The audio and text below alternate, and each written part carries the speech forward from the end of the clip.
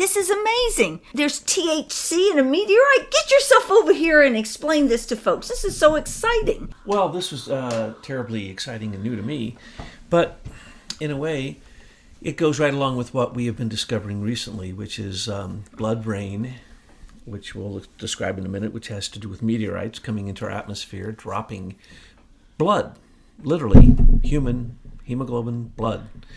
And also galactose, which we have pointed out before, some say was the basis of DNA being inoculated or put into the earth.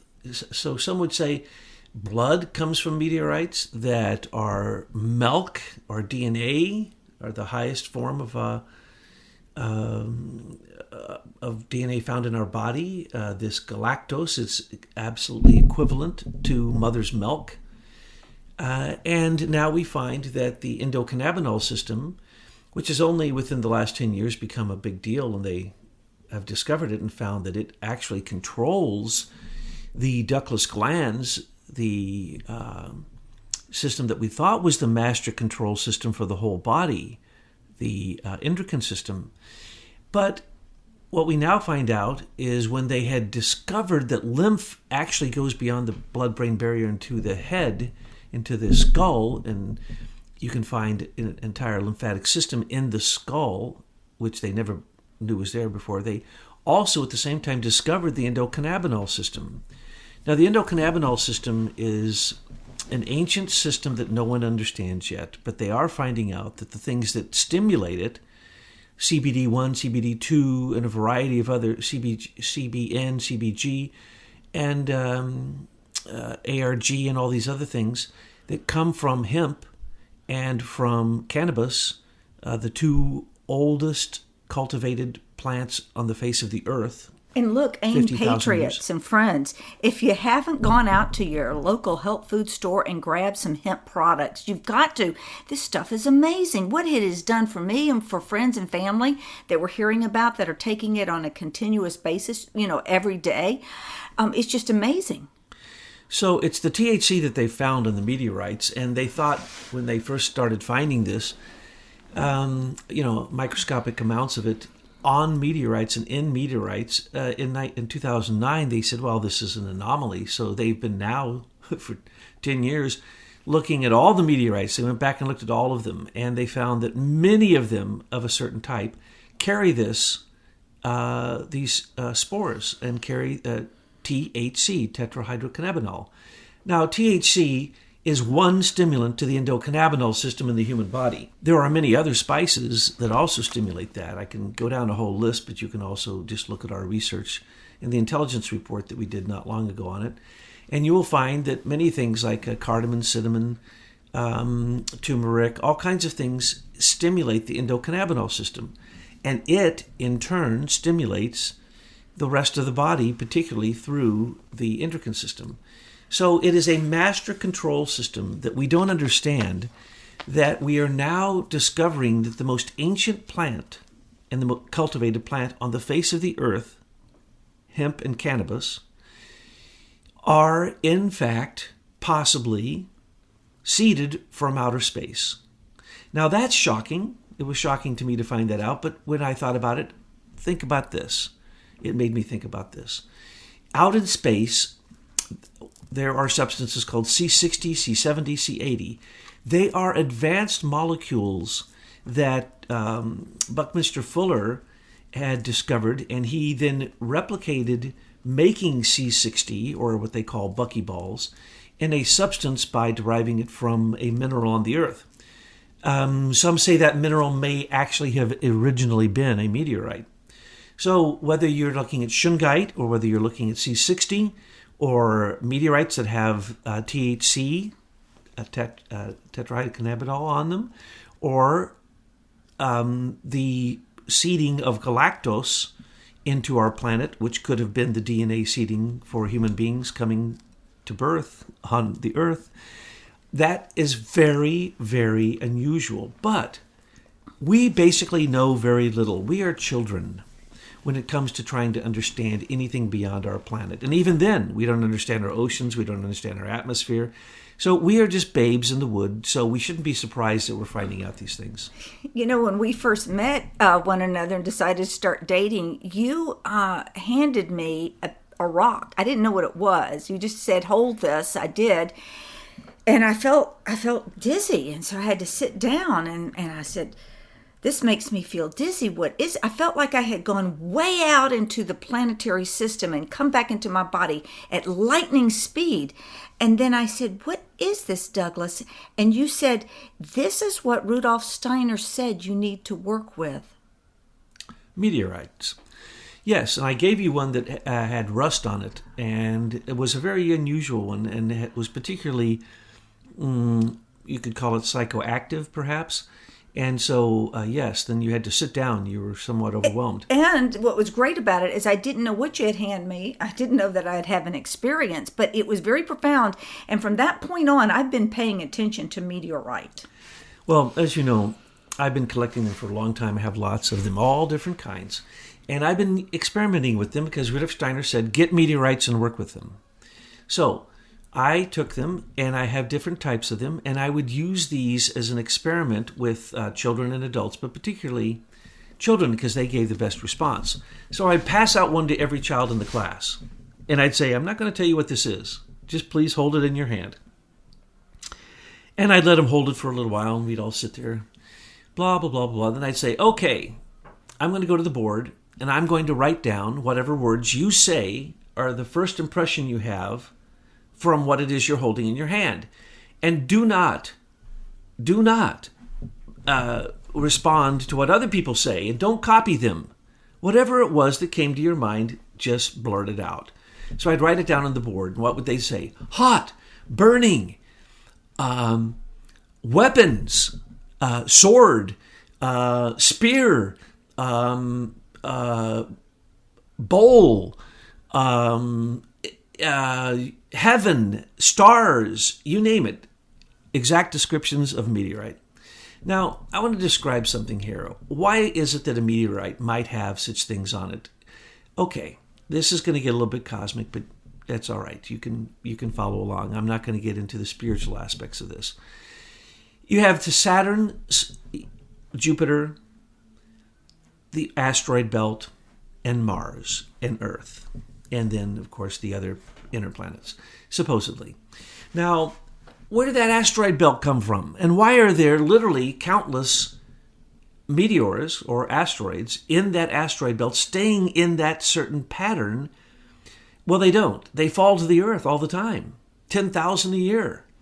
And so what is that band of asteroid they call asteroids? Well, the meteorites that come from there, some can be what are called chondrite, which are Earth. They're Earth-like material, which literally have material in them like, Earth. Some are metallic. They have every type of metal in it and different forms, like different forms of iron. We have to call it meteoric iron because it's different than Earth iron. Or they have anything you can imagine. They have zinc, nickel, you name it. A lot of the higher metals, and some of these meteorites are palladites. So they have the higher metals. They have white gold. They have palladium. They have yttrium, cesium, you name it. They have olivine in it.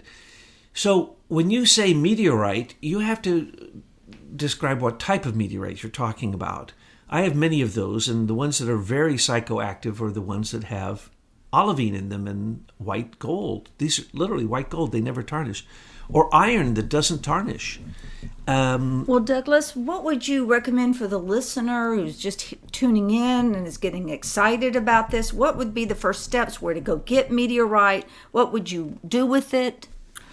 You just look it up, gem and mineral shows in your area. They come through all the time. They used to be called rock and mineral, but nobody likes rocks anymore. But you go to a gem and mineral show, and you'll find meteorites. There'll be all kinds of them. You'll find metal ones that have these etchings on them, natural etchings. You'll find them in different shapes. I've been talking to meteorite guys and girls into carving them into beads, into krisses, into blades, into. Well, we have a spearhead here that is got meteorite in it. Yes, we have a first century, what is called a hosta, a centurion hosta, that is called a novio magus, which means a great hosta centurion spearhead that had meteorite in it, made by Israelis in the first century BC. So yes, these things, and the Tibetans put meteorite in all of their sacred objects, whether it be bells or sacred bowls, bells, dorjes, any of the really sacred objects they have, take all 7 metals, and then they add meteorite. And they also add what's called antimony, which they say is kind of the earthly response to meteorite, a combination of many metals.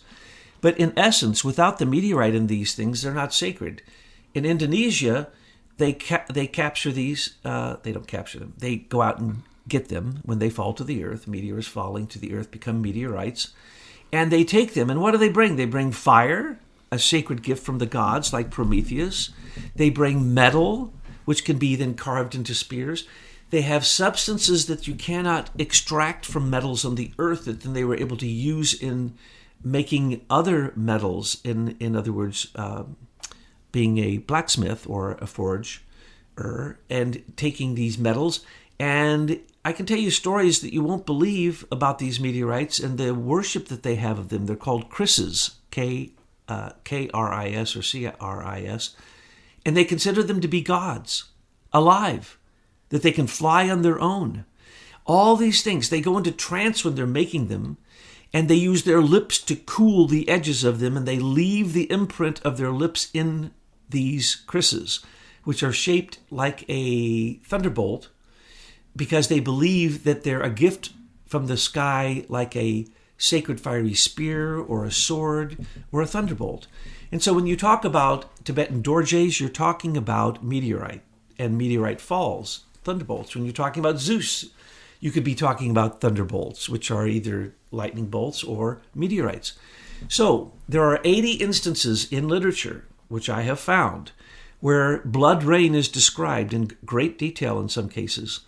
So when a meteorite in the past, and in 2001 and in 2012, there were a huge fall of blood rain in India and in Sri Lanka, which has now proved it irrefutably. 50,000 tons of this blood rain fell on the earth, which is the same exact substance as human blood.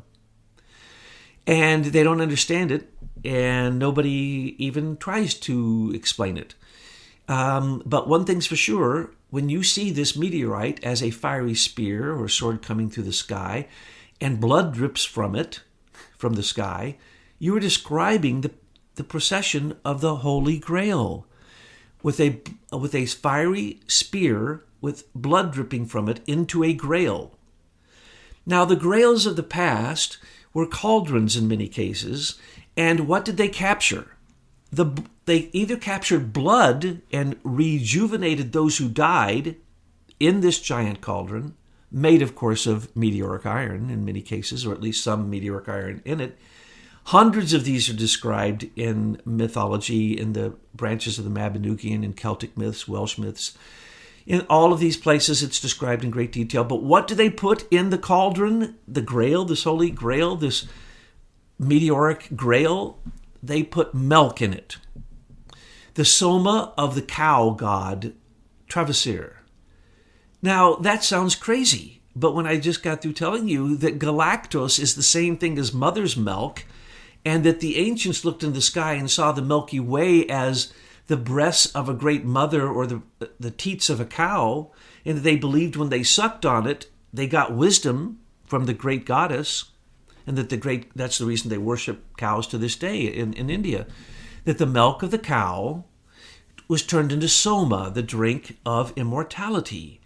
So wherever you look, you're going to find meteorites, references to the Grail, references to healing people and immortality, and milk, all of which we have now just described to you comes from the sky. And these are gifts from the sky. And so we could go on ad infinitum about this because it's been part of our recent research. And as a matter of fact, I'm studying it right now. I just put down a book that is probably Jarek Ustin's one of the best books. I'm reading it again because it describes the Grail, meteorites, the holy milk, soma, all these things. But what he doesn't understand is it's the great goddess. All the men fought over these things and killed each other. Fratricide, a son killing dad, a son killing brother, son killing mother's brother, all these things. Death, death, death, death, death. To get what? The sacred Grail, the sacred, holy, magical goods, the substance, and this milk, and to be able to heal blood or illnesses and death. So what are they actually going for? The Holy Grail that was held by the women in the ancient matriarchal cultures before 2101 BC. And so what you're seeing is a war between the patrilineal and the matrilineal line in history when you're discussing these things. But when you break it down and you look at it quite simply, it's very, very, very simple. And we recently did in a video on the Holy Grail in case you want more and deeper things. But THC being found on meteorites even shocks me. But I can see how that could be, and the reason that we hold it sacred. Some call the THC particle or the DMT particle, which is also derived from plants, ancient plants, the God particle. So has the divine sent to the earth these divine magical tools that we can use for the process of ascension? Now that I see that THC is on meteorites, I begin to think that that may be true.